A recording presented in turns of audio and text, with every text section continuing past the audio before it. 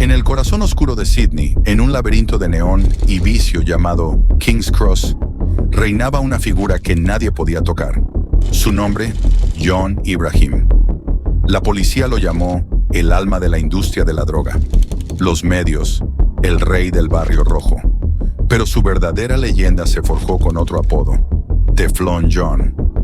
Mientras sus hermanos se hundían en una guerra de pandillas, tiroteos y cárcel, él construía un imperio a plena vista. La policía acumuló más de 500 informes en su contra. Lo investigaron por años. Lo acorralaron. Pero cada vez que creían tenerlo, se esfumaba sin un solo cargo. ¿Cómo lo hizo? ¿Cómo un inmigrante con una cicatriz de puñal se convirtió en el amo intocable de la mafia de Sydney?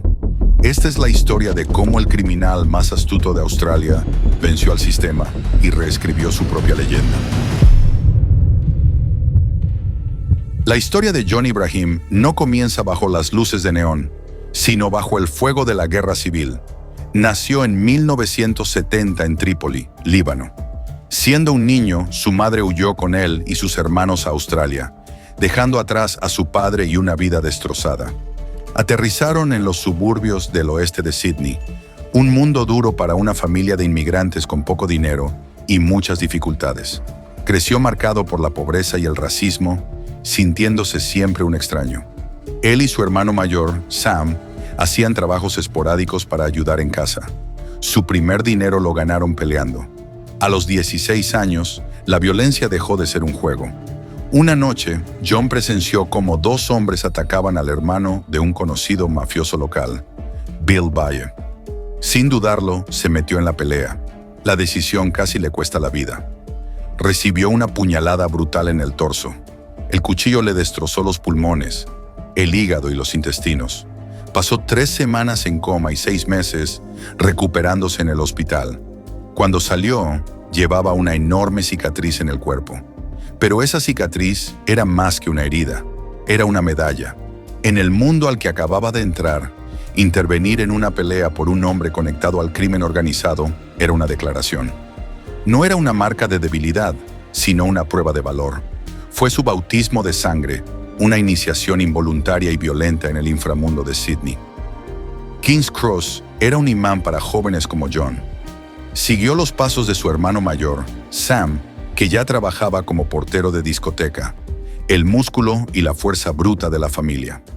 Sam se convirtió rápidamente en el guardaespaldas personal de un jefe mafioso, Louis Bayer, encargado de recoger el dinero de protección. John, en cambio, observaba y aprendía. Entendió que el verdadero poder no estaba en los puños, sino en la mente. Se dio cuenta de que quería ser el dueño, no el portero. Mientras Sam usaba la fuerza, John usaba el encanto y la astucia. Su primer trabajo fue conducir el coche para su hermano, mientras recogía el dinero de la extorsión. Pero su ambición era mucho mayor. Con solo 18 años adquirió su primera participación en una discoteca, el Tunnel Cabaret. Fue el primer paso para construir su imperio. Usando una mezcla de inteligencia para los negocios e intimidación, empezó a comprar participaciones en los locales de King's Cross. No era un matón más, era un estratega. Su visión era la de un director general que veía un negocio caótico y quería ordenarlo para su propio beneficio. En poco tiempo llegó a estar asociado con al menos 17 locales nocturnos. Controlaba las puertas, la seguridad y, por extensión, la economía de toda la Milla de Oro. El chico de la cicatriz se había convertido en el rey. Mientras John construía su imperio con una fachada de legitimidad, su apellido se hundía cada vez más en el crimen. Sus hermanos eran la cara violenta y caótica de la familia Ibrahim, y esa reputación le servía a John como un escudo perfecto. Ellos atraían las balas y la atención de la policía, mientras él operaba desde las sombras. El mayor, Sam Ibrahim, era la fuerza bruta. Se convirtió en presidente de un capítulo del Club de Moteros Nomads, una poderosa organización criminal. Más tarde fundó su propia banda, Notorious. Fue acusado de todo: tráfico de drogas, secuestros, incluso de disparar en las rodillas a 2 hombres, aunque fue absuelto de muchos de esos cargos. Fadi, otro de los hermanos, vivió en carne propia la violencia de Lampa. En 2009, mientras estaba sentado en su Lamborghini, Un pistolero le disparó 5 veces, dejándolo en coma durante semanas. Sobrevivió de milagro. Creyendo saber quién era el responsable, él y su hermano Michael planearon una venganza. Fueron acusados de conspiración para asesinar, pero finalmente absueltos. El más joven, Michael Ibrahim, era quizás el más temerario. Fue condenado por el homicidio de Robin Nasur en 2006. Años después, se convertiría en la pieza central de una red internacional de narcotráfico. La violencia era el aire que respiraba esta familia. Hubo tiroteos contra la casa de sus padres y otros familiares. Sus hermanos eran los soldados en una guerra constante. Y mientras ellos acumulaban antecedentes penales y cicatrices de bala, John Ibrahim acumulaba propiedades y negocios, manteniendo su historial impecable. El miedo que sus hermanos generaban era el cimiento invisible de su trono. Para la policía, la inocencia de John Ibrahim era una ficción, una muy frustrante. En 1995, la Comisión Real Wood, una investigación masiva sobre la corrupción policial, lo señaló públicamente. Un abogado de la comisión lo miró a los ojos y le dijo: «Usted es la nueva alma de la industria de la droga de King's Cross». John, tranquilo, lo negó. Era solo el principio. Un juicio en 2004 reveló un dato asombroso.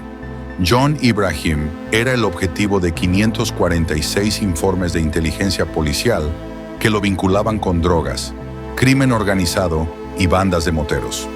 Cientos de documentos, pero ninguna prueba sólida para llevarlo a juicio. Entre 2001 y 2002, una unidad especial llamada Operación Sombra reunió pruebas de que Ibrahim extorsionaba a bares y clubes, exigiéndoles hasta $5,000 a la semana. Pero la investigación se vino abajo misteriosamente. Se dice que alguien, posiblemente desde dentro de la propia policía, le avisó a John de que su casa estaba intervenida con micrófonos. El golpe más cercano llegó en 2006. La Comisión de Delitos de Nueva Gales del Sur le confiscó sus bienes, incluida su mansión, argumentando que habían sido obtenidos con actividades criminales. Parecía el fin, pero John demostró una vez más por qué era diferente. En lugar de una larga batalla judicial, llegó a un acuerdo. Pagó al Estado $150,000 y a cambio retiraron la orden sobre sus propiedades.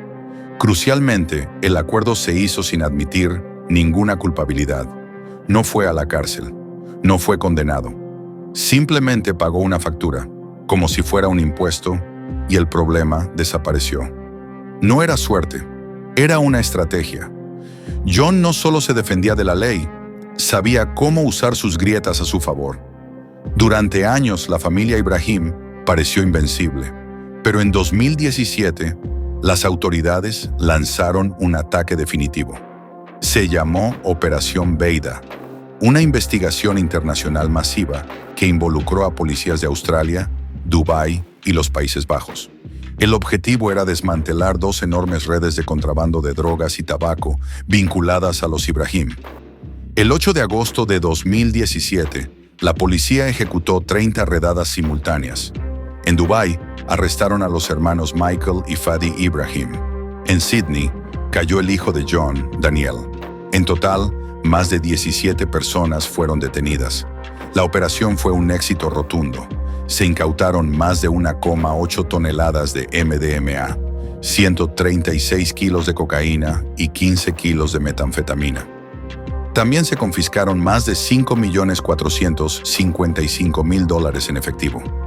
La policía también registró la lujosa casa de John Ibrahim. Los medios esperaban el arresto del rey, pero una vez más no pasó nada. John no fue acusado de ningún delito. El imperio criminal de su familia se había derrumbado, pero él estaba a salvo. La estructura que había construido durante décadas había funcionado a la perfección. Él era el arquitecto, pero nunca tocó los ladrillos. Sus hermanos y su hijo eran los que estaban en primera línea, y fueron ellos los que pagaron el precio. Michael Ibrahim se declaró culpable y fue sentenciado a 30 años de prisión. Fadi recibió una condena suspendida por un cargo menor. El rey, como siempre, quedó libre observando las ruinas desde su trono intacto, con sus hermanos en la cárcel o apartados, y King's Cross transformado por nuevas leyes.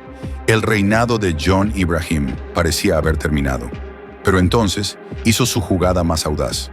En 2017, el hombre que siempre había evitado a los medios publicó su autobiografía, Last King of the Cross, el último rey de la cruz. En sus páginas, no se presentaba como un capo de la mafia, sino como un superviviente, un chico inmigrante que luchó contra la adversidad y ganó. El libro fue un éxito de ventas, y no se detuvo ahí. Se convirtió en el productor ejecutivo de una gran serie de televisión basada en su propia vida. Después de pasar décadas siendo definido por la policía y la prensa, John Ibrahim tomó el control de su propia historia. Estaba reescribiendo su leyenda ante los ojos de todo el mundo. Hoy ha cambiado los clubes nocturnos por la promoción inmobiliaria. Planea construir apartamentos de lujo en los mismos lugares donde antes reinaba la oscuridad. Está, literalmente, construyendo un nuevo legado sobre los cimientos del antiguo. Sus hermanos perdieron su libertad. Sus rivales están muertos o en la cárcel. La milla de oro que él gobernó ya no existe. Pero John Ibrahim sigue aquí, más rico y más famoso que nunca. Nunca fue condenado, nunca pisó una celda por los crímenes de los que se le acusaba. Al final, Teflon John no solo consiguió que nada se le pegara, consiguió algo mucho más grande, convencernos de que quizás, solo quizás, nunca hubo nada que pegar. Y esa puede que sea su mayor victoria. Gracias por llegar hasta el final. Detrás de cada video hay horas de investigación para traerte la historia completa. Si valoras ese esfuerzo, la mejor forma de apoyarnos es dejando un like y suscribiéndote al canal. Nos vemos en la próxima investigación.